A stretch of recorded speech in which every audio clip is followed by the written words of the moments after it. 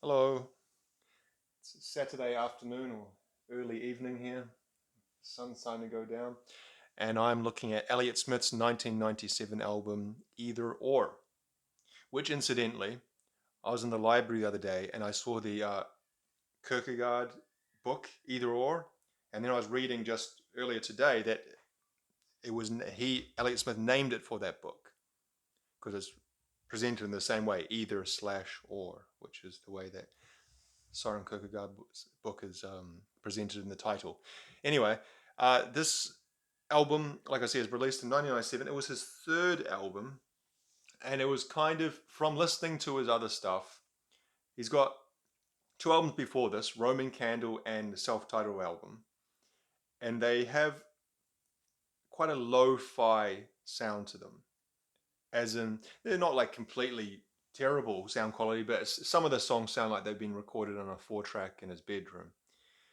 And as we get to this release in 97, it's kind of a pivot point of his career where he started going towards more professional, polished studio sound, but with still some of the remnants of that lo fi approach.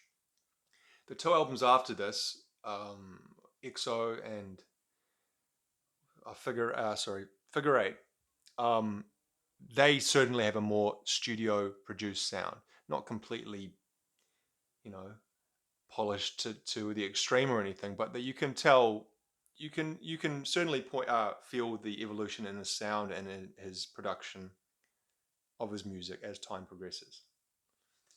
So I first discovered Elliot Smith in about the year 2000, 2001. It would have been 2001 actually, now thinking about it, because I was learning the bass guitar, and I was one of the ways to do that is to use tabs. If you've ever learned guitar or bass guitar, you know what a tab is. It's a kind of a simplistic way of finger positionings on the fretboard. And this tab site that I used to visit on the internet, this is in the early 2000s, they had a forum attached where people would discuss music. It was a bunch of teenagers like having arguments over music. And there was one member there who was obsessed with Elliot Smith. He used to bring him up in every discussion topic that was posted. He would bring it back to Elliot Smith in some way. So I ended up downloading him some of his stuff illegally on Napster, and I found every song I liked was from across his career, from his early stuff through some stuff on this.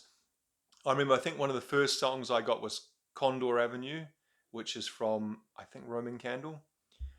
Um, I Every song that I downloaded and listened to, I realized actually this is a pretty good song. It's pretty it's nice, it's catchy, it's he's got a nice quite a nice voice, but quite a soft voice as well. But so what did I do? I went and bought one of his albums, and I think the only one they had in the shop I went to in 2001 was Either Or. So I owned this new back then, and I subsequently sold it. Can't remember when or what, but I did sell it, and then I've rebought it secondhand, um, which is this copy here. I got this for $1 about 2 years ago, so pretty stoked to pick this up for $1, because this is a brilliant album, and it's not that easy to come by. And if I wanted to buy it nowadays, new or secondhand, more than likely I'd probably have to order it from overseas. There's always a crapshoot going into secondhand music stores or any music stores and looking for things like this kind of semi popular but not popular enough artists. Very rarely are you going to find anything on the shelves for them, I find, at least CD wise. So, anyway, um, I bought it and I've re-got it secondhand. And this copy I have is in excellent condition. Um, Covering is the plastic is not cracked. The jewel case teeth are all fine. The CD, I remember looking at the time, is like perfectly unscratched. And the CD booklet is what you would expect for a 1997 released album, which I can't get out. Pretty simple liner notes from what I remember. Yeah, it's just the lyrics.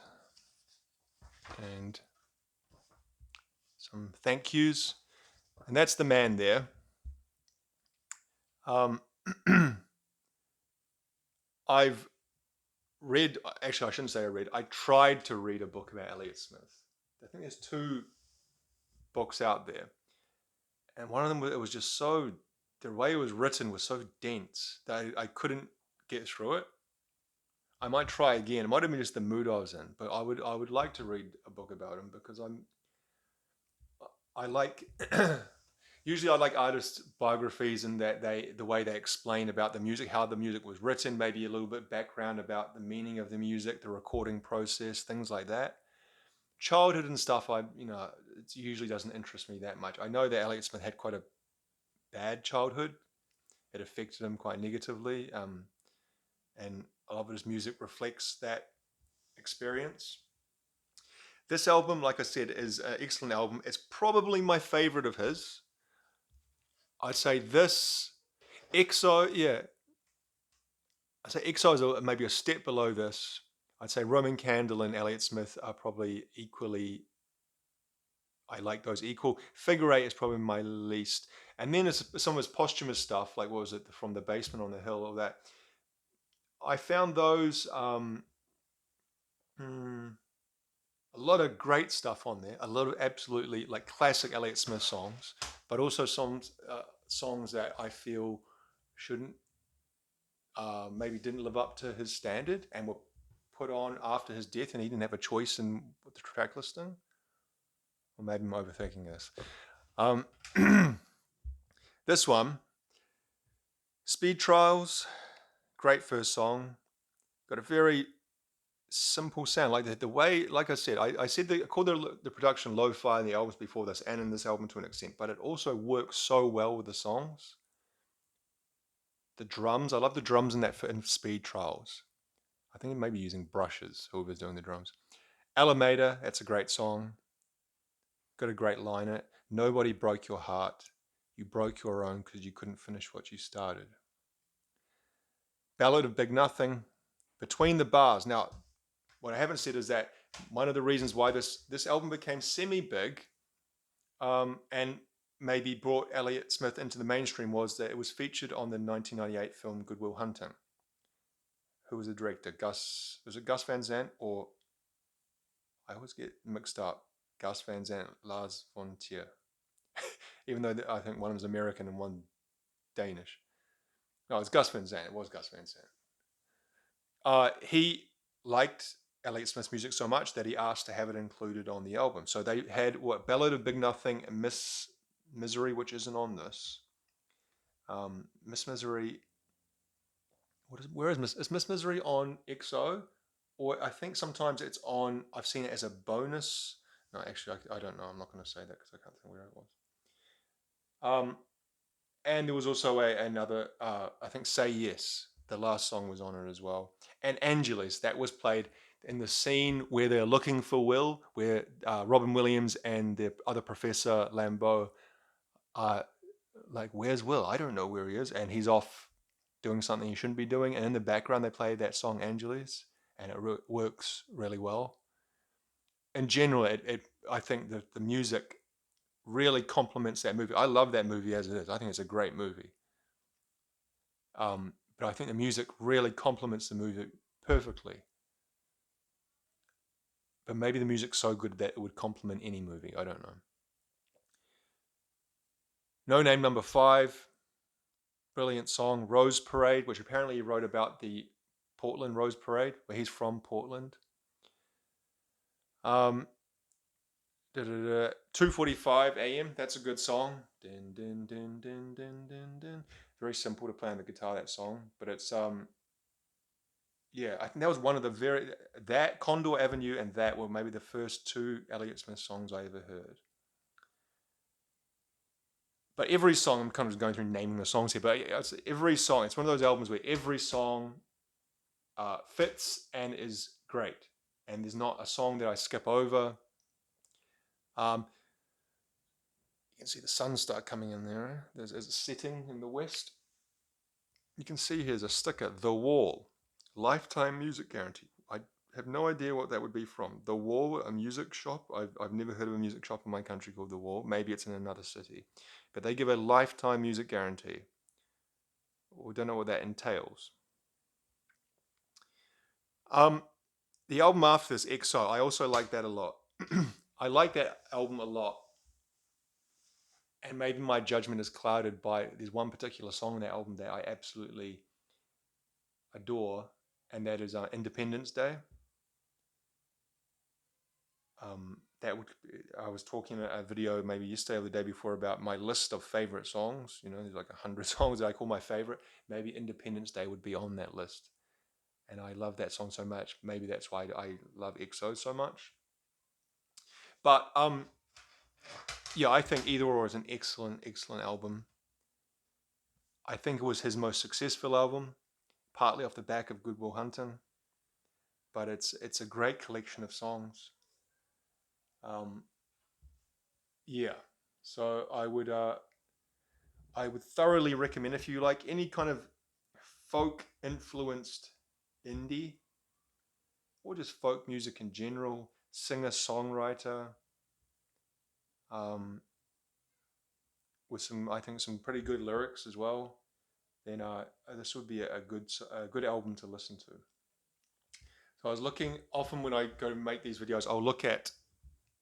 Sometimes I do it. Sometimes I just go without doing any research. But I was looking at the ratings on Wikipedia. They kind of they outline the ratings from different music publications, and the one that I think is usually most, you know, they usually have Mojo, NME, Pitchfork, Spin, Rolling Stone, things like that, and sometimes some newspapers. The one that I usually take most credence from is the All Music Guide, you know, allmusic.com, because I feel they're not prone to hyperbole either way, in the negative or the positive. Sometimes, like for example, Pitchfork, I don't take what Pitchfork say to mean anything because they're just ridiculous. They're so far up their own ass that they'll give things just kind of like albums that aren't like terrible, but for whatever reason are not cool or whatever. They'll just give like a 1.5 out of 10, and you think, what does that mean? Is that the music on that album really only garnering that kind of rating? And then there'll be like just a kind of a grouping of things that they give automatically 9 out of 10 out of 10 to, like things that do make the list of whatever they deem to be worthy. They give this album a 10 out of 10. So in this regard, I'll agree with them. But All Music gave it a 4.5 out of 5, which is what I would give it. 9.5 out of 10, maybe 10 out of 10.